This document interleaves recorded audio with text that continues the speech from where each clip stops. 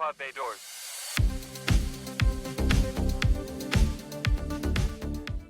Greetings and welcome to another exciting episode of the Cinematic Traveler podcast. I am your intrepid movie exploring host, Chris, and on this episode, that's right, it's Wednesday night, so you know that means it's business time, as well as being our streaming surprise episode of the week. And on this episode, I found a film on Hulu entitled Things Will Be Different, directed by Michael Felker, a little time travel suspense thriller kind of movie. And I cannot wait to talk about time travel movies. You know, those are always fun to talk about. But before I do, if you could do me a favor, whatever you're listening or watching this show on, somewhere there is a follow button or a subscribe button. If you could please tap that, I would greatly appreciate it, as it does help me and the show, but it also helps you because you won't miss any future episodes. And you can go back and listen to my previous amazing reviews of my sexy, sexy voice. Now you can see my sexy, sexy face. Oh boy, this is not good for a ham like me. At any rate, if you could share this show with your friends, families, enemies, annoying coworkers, anybody, I would greatly appreciate it. Also, if you could share it on your social media, again, I would be thankful. You can find me on social media. I am on Instagram at Cinematic Traveler Pod. I am on X at CMT Pod.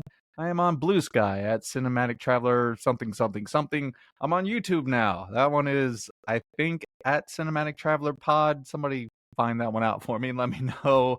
I also have an email address, thecinematictravelerpod@gmail.com. So you have plenty of ways to follow the show and keep in touch with me. There, I got through all of that podcaster mumbo jumbo quick, fast, and in a hurry so we could dive into this episode. Let me ask you, how you doing, my beloved listener? Again, here we are in the middle of the week. We're almost there. The weekend is rushing headlong towards us. Unfortunately, it will go by very quickly. They always do. But let's stay positive on this episode. I hope you have big plans.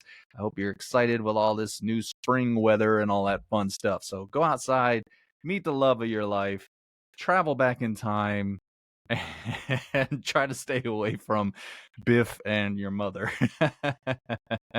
Okay, is there anything else I need to tell you? I don't think so. I actually put up a new movie poster for you if you're watching. I know, it's sparse back there. Oh well, you'll just have to concentrate on me. How about that? I did dress up for you, so be grateful for the small things in life. Oh, that's enough of this witty banter. Let's go ahead and dive into our review for Things Will Be Different. As always, I do have to over-explain a few things.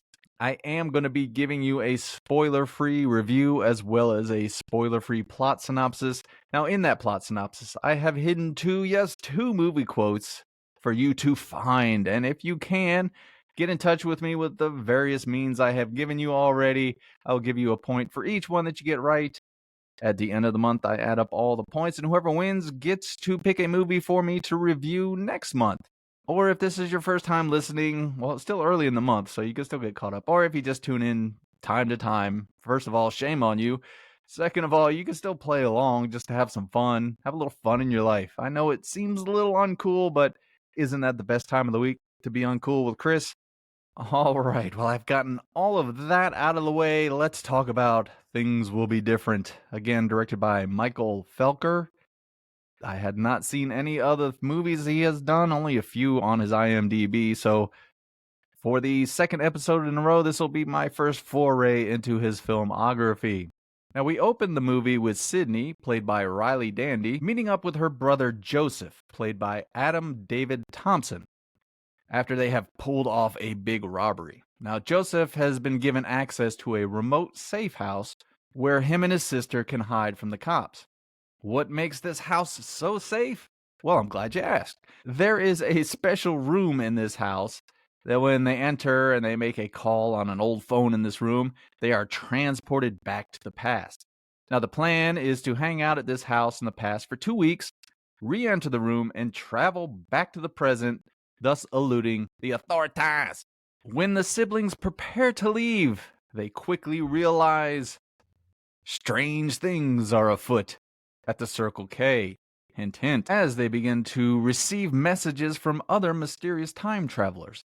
It seems Sydney and Joseph were not part of the overall plan, and now, in order to return to their time, they have been tasked by these others to kill another wayward time traveler in order to set things right. This new wrinkle causes friction between brother and sister, with Sydney saying something like, I knew this trip was a bad idea. Every time I hang out with you, man, it's some kind of shitstorm. I got guilted into coming out on this trip, and now I'm back in the fucking 80s, and I hate this decade. Hint, hint. Will our time traveling protagonist fail and be stuck in the past, or will they kill this mysterious figure and get back to the future? Well, I will not answer those questions and spoil this movie for you, but I will give you the best review for Things Will Be Different in all the podcast universe, nay, in all of the universe. Now, if this is your first time listening, or if you haven't listened in a while, I do break my reviews down into 3 segments: the good, the bad, and the nitpicky. The good are the things that I like in the movie, the bad, obviously, things that I don't. And the nitpicky, these are things that are neither good, sometimes Hollywoodisms, or sometimes just silly things in these movies that my weird little brain picks up on. And they make me laugh, so I'm going to try to make you laugh, because if there are 2 things I like to do in this world, one of them is business time, and the other one is to make you laugh. So let's go ahead and move into the good of Things Will Be Different. Sounds pleasant. Let's start with the cast of the movie, and this is only really 2 people. There are a few other characters that show up mostly towards the end of the movie, but for the most part, we hang out with Sydney and her brother Joseph. Sydney, again, is played by Riley Dandy. What a great name. Riley Dandy. That sounds like something they said in Tombstone or something. I'll be your Riley Dandy.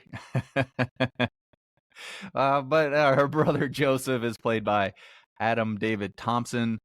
And yes, I am reading these off of my phone if you're watching this, but I don't really remember seeing these people in anything else. I looked up their IMDb. Again, I've seen some of the stuff they've been in, but nothing in which they stand out in. So this was really my first time experiencing their performances. I think they do a good job here with this film. They play the brother and sister very well. They do have a bit of a rocky past with each other that involves the law, as it were. But you do learn about Sydney and that she's a mother and she's trying to kind of correct her life. And she's going to use this money to pay off some debts and go chase after her dreams. And Joseph, he is a bartender, and I guess he's just looking to get ahead. And he has this client that offers this house to him. And that's sort of what sets the plan in motion. But again, most of this movie you're going to spend with them because they do have this 2-week period very early on where everything's going great in this house, although they do get bored, and we'll get to some of the direction that I liked in this movie. But yeah, they get very bored, as you would, because there are rules.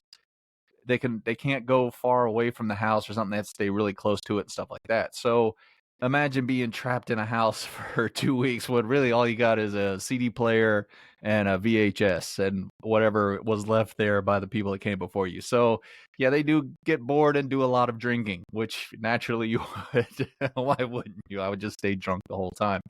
But their relationship really starts to get tested once it is established that they have to do this task for these other time travelers that they talk to, because this takes a very long time. In fact, they're in this house for well over a year, I think, or close to it. So between the boredom and them trying to figure out what's going on, and the fact, like I said, they can't leave this area. They can kind of go in the yard and there's a mill or a barn or something that they can go into, but they can't go into the neighboring city or anything like that. If they cross this line, they start to get very sick and throwing up blood and stuff. So yeah, they're basically trapped with each other, and they've already had some issues in the past, and now they're bored out of their minds, and they just start getting on each other's nerves, waiting for this inevitable traveler to show up, but they just don't know when. So obviously it just plays on them after a while.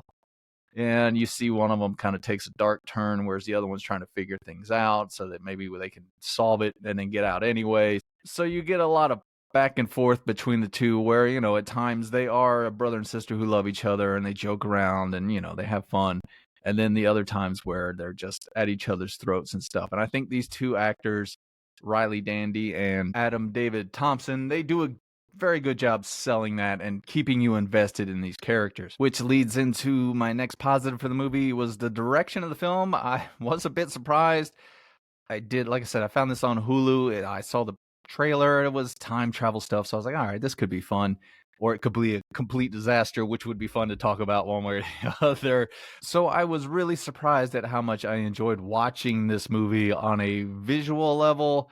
I think there's some really cool tricks that Michael Felker does with passages of time. The 2 weeks that they're there at first, it's kind of montage of happy moments and then the boredom and then happy moments and the boredom mixed in with a lot of alcohol. So you kind of feel the monotony of those 2 weeks and the sense of, okay, we're almost there. Let's just get this over with. Let's get to the door and get the hell out of here. And then when you get to the point where they have to stay, he does a really cool trick where the camera sort of moves through these windows, and each window there's like a winter scene, and then it goes into a spring and then summer and fall. And so you see the passage of time, although he does ruin it for me, because I was like, oh, this is pretty clever. This is a nice way to show that time's passing, and I, as an audience member, understand that they've been in this house a very long time, closing in on a year. But then he puts like 350 something days on there. So I was like, oh, you didn't have to do that. You had me. I knew what was going on. It was really clever until you did that. You went, these people are too stupid to figure that out. But other than that, I really did like the way he showed how time would pass, the isolation in this little house. Again, the boredom. And then I thought he had some fun with the time tricks in the movie, like how they communicate with these other people. I don't think this is really spoiling it, because I think in the trailer it shows it, but there's a point where a board appears on the door and it has messages on it. So it's pretty cool as it goes along at how these people in different times can put the board up, and she tears it down and they put it right back up, or things appear. There's a kitchen where it gets restocked, and they'll like close the refrigerator when it's empty and they open it up and it's restocked by, I guess, someone in the future. I don't know. It gets a little confusing at points. How would that work? At any rate, that's too much for my simple little brain to comprehend. I would think it would have to be someone in the past that would stock it. But yeah, anyway, there's this whole thing with that we'll get into with the rules of this time travel stuff. But I did like the way he played around with that. If they put something here that the other time travelers could, give them supplies or change things around, or again, leave notes, or there's a little tape recorder that they leave that they can communicate with each other with. So again, I thought it was cool how he played around with the time travel elements in the movie. That goes into my next positive. I really did like the premise of the film. It's kind of smart, you know what I mean? You're trying to evade the police. You don't want to go to jail, so you go into this house that can travel basically back, I don't know how many years. They never really established that, but it travels back, and you just hang out there for a couple weeks until everything blows over, and then you come back at that same exact time. Although I did have a question. This is one you can answer for me. If you travel back, like in this movie, they end up being there for like a whole year. But then if you go back to where you left, are you a year older, or are you the same age that you were when you entered the door back in your present time? See, all of these time travel movies, they just raise all of these questions that just drive you crazy when you're watching these movies. I kept thinking, well, how would that work exactly physically? Which you would have to be older, right? That makes sense. All right, anyway, I'm going off on a tangent there. But yeah, I think that was a very unique premise. That's kind of what drew me to this movie when I saw the trailer. Plus, like I said, I'm a sucker for time traveler movies. But, it was kind of cool to see something different in that regard. And then as they open the time travel world up to us a little bit, again, I think that this movie handles that mostly well. I think, again, it gives you little tricks here and there, but it also keeps you invested with these characters and trying to figure out who is this mysterious person coming and who are these mysterious people they're talking to and what's the overall plan and how is this all going to wrap up? Are they going to get out of there or not? So it generally keeps you invested all the way through, which leads into my final positive. It's only like an hour and 40 minutes long, so you don't have to really be on the edge of your seat that long. And I am always grateful for anything that comes in under 2 hours. So having said that, let's go ahead and move into the bad or the negative of Things Will Be Different. Uh-oh, I don't like the sound of that. And really the first negative that's going to tie back into the positive, I guess, as much as I like the premise and I like the way Michael Felker directed things and kind of had those little time travel elements, reminded me of kind of, what was it, Bill and Ted's, where they would be like, okay, remember to leave your dad's keys behind the mailbox or whatever they did. It kind of reminded me of that a lot in this movie. But I kind of like all that stuff. So I was having fun with it. However, and this is something, oh God, I can't remember the last time travel movie I reviewed, but it had the same problems. I can go along with any time travel movie as long as you establish the rules for me. Like, it could be anything. Like, I mean, the great one that everybody references, and this is a strike against any time travel movie. If you reference Back to the Future and Endgame, you don't get a pass on that. As soon as you reference Back to the Future in your time travel movie, you lose me, because that's a movie. That's not science. But what makes Back to the Future so great is that it tells you what the time travel device is, how it works, what it needs, and then that's it. And you're off and running. And it sticks to those rules, right? It's not like Marty traveled back to the past and all of a sudden the DeLorean has to go 95 miles an hour because of the time difference. It just stays within its rules. It lets you know what they are. And now I'm in this world. I've bought into it. I'm fine. Terminator is the same thing. You know, you get established that this machine has come back and Kyle has to save her, and that's just the way it is. There are only two things there, except for the other sequels that come along. But you know, you got to chase a dollar. But yeah, well, if you establish the rules, and it's any good science fiction, if you just establish the rules and follow those rules for me, I'm good. I can accept anything, like the flux capacitor. No, I don't know what that is. Does anybody know what that really is? All I know is that's the device that the DeLorean uses to time travel, and that's how it is in all three movies. So I'm there. This movie, they do a very good job of the time travel stuff for the most part. They do have the rules about going into the room and how they have to do everything, and how, like I said, how things get restocked in the kitchen and how they communicate with each other. But then there are things that happen that start to raise questions. And when you start getting me off on a path where I'm starting to think about, wait, how does this work? How does that work? Now you start losing me in the movie. One of the main ones is they call it the cycle. And again, I don't think that this is a spoiler, but they, like I said, they have this little tape recorder that they can talk into, and then they put into this safe. And then when they reopen the safe and they pull it out, the other time travelers have left a response to whatever question they've asked. So that basically they could talk to each other. So then after the first time, I think Joseph, he says something, he puts it in, locks it, and then unlocks it, pulls it out, and he gets an answer. Then he stops putting it in the safe. He just asks a question, and then he hits play, and there's an answer already on there. And when that happened at first, I was like, oh, wait a minute. That doesn't make sense. And at about the same time, Sydney, the character, says, hey, wait a minute. How does that work? That doesn't make any sense. And Joseph goes, I don't know. It just does.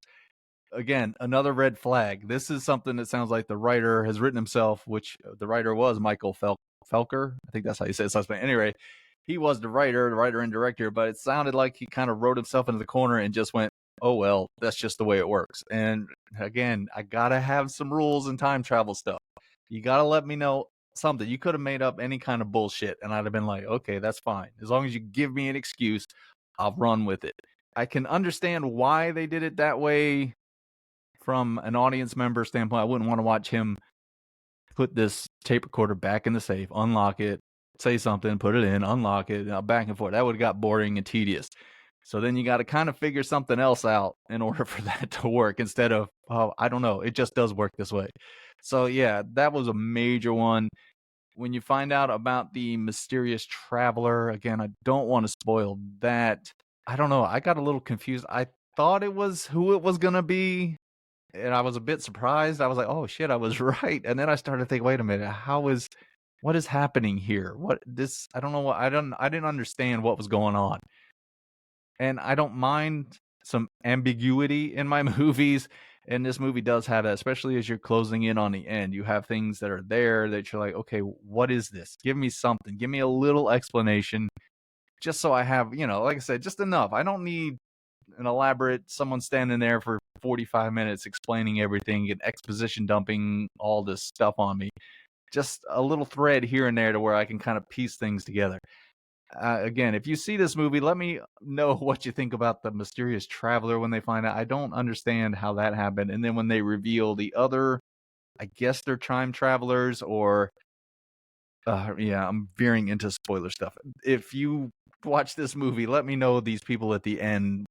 I understand kind of what it is. It reminds me of something from the Marvel movies, but it just kind of plays out like, and just, I don't know. I just needed a little bit more information. And then when you get to the end and the resolution of it, again, that makes sense what one character is trying to do, but when you get the final resolution of that, it just raises more question. Like, wait a minute, what is this other character going to do now that this has happened? This it changes everything for this person.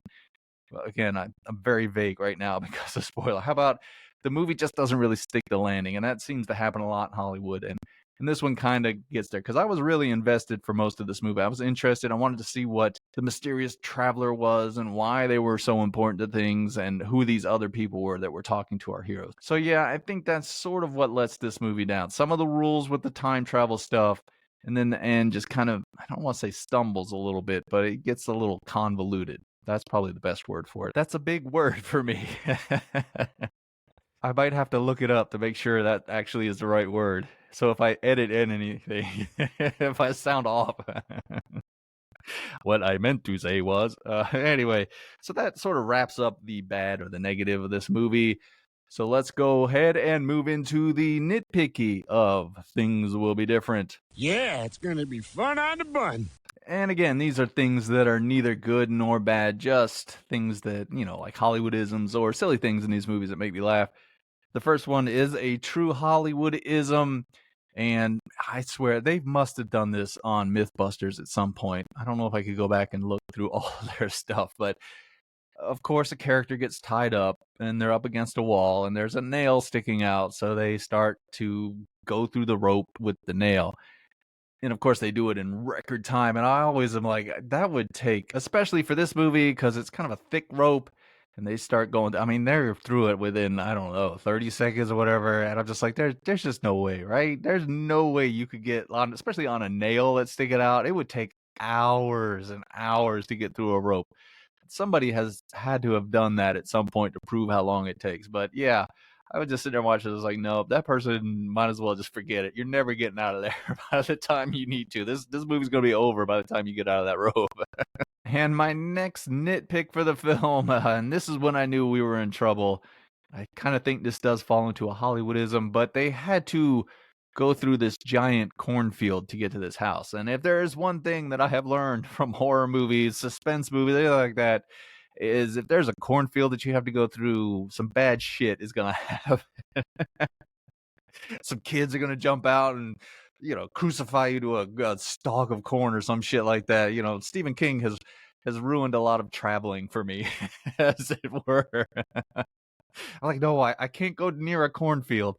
That's going to end up with me being devoured by some creature that travels between the corn rows while some little kid spouts Bible verses at me. Oh, what a horrible way to die. So, yeah, when they started going through that cornfield, I just was yelling at them, just turn around, go back. There's nothing good on the other side of that cornfield. And my final nitpick for the film, and this is the part of the movie where I would have been happy. I probably would have stayed in this little house as long as I possibly could. I would have told the mysterious stranger to just travel around somewhere else for a while. Because as I mentioned, the refrigerator, every time it runs out, they close the door, they open it back up, and voila, it's full of stuff again. The cabinets are the same way. There's food everywhere. There's booze. At one point, they're sending a morphine through something else. I'm like, oh my God.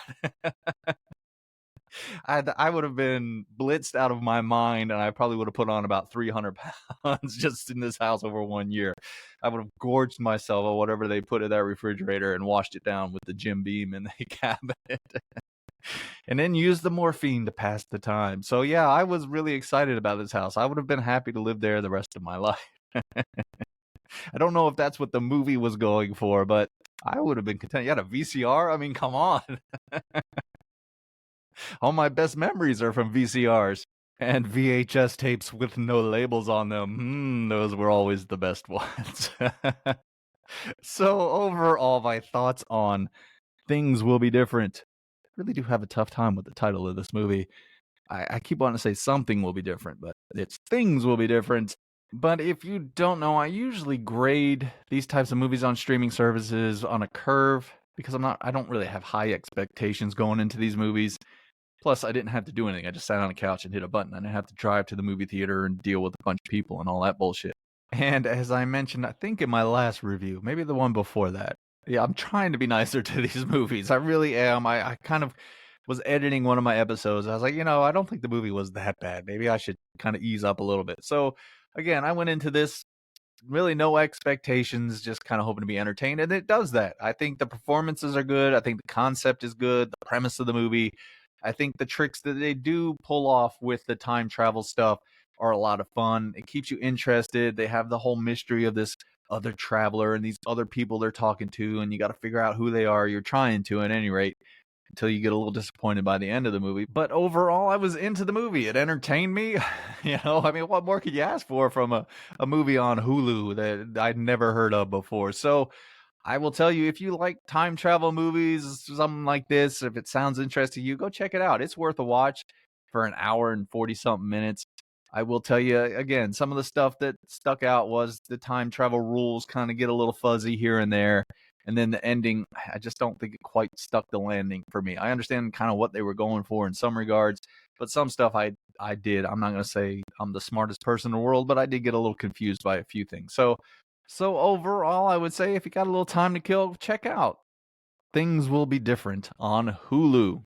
So let's see. On my next episode, I will be reviewing Mickey 17. I think that's coming out this weekend. There's also this other movie coming out with John Lithgow and Jeffrey Rush. Kind of a horror movie, I think, or something. So I don't know. You might get a few extra episodes coming up in the nearest future. I don't know. It depends on how much time I've got this week. I got a few other plans as well. So at any rate, you are definitely getting Mickey 17 or Mikey 17, whatever the hell the name of that movie is. It's a sci-fi movie from, I can't remember the director's name, I can't remember his name, from Parasite. That's easy enough. So I'm looking forward to that. So I will have that out probably by Sunday. So if you're still listening, then I must have done something right. And if I did, if you could please, again, follow the show, subscribe to the show, give me a rating or review. I'd greatly appreciate it. It does help the show. Follow me on my social media. Share the show on your social media or with all your friends and family and whoever else you want to tell, strangers on the street. Hey, if you have a crush on somebody and you're nervous to talk to them, here's something for you. Just be like, hey, I found this new podcast. Do you like movies? This guy is awesome. He might be the best podcaster. No, he is the best podcaster in the history of podcasts. You can lay it on pretty thick for me. Don't go too high though, because then I won't live up to those those high standards. Speaking of high standards, I tell everyone I know I've got the smartest and sexiest audience in all the podcast universe. Hell, now all the YouTube universe. And you never fail to live up to those high standards. Now, as you are traveling around on this blue and green ball, bouncing to the cosmos, I need you to do one thing for me. Go out and do that voodoo that you do so well. All right, show's over. I'm tired.